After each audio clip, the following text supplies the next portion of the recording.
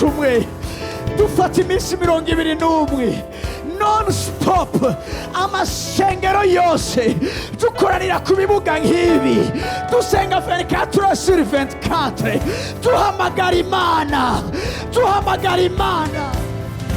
iyo uhuye na Yesu ahindura amateka y'ivyanyu vyose.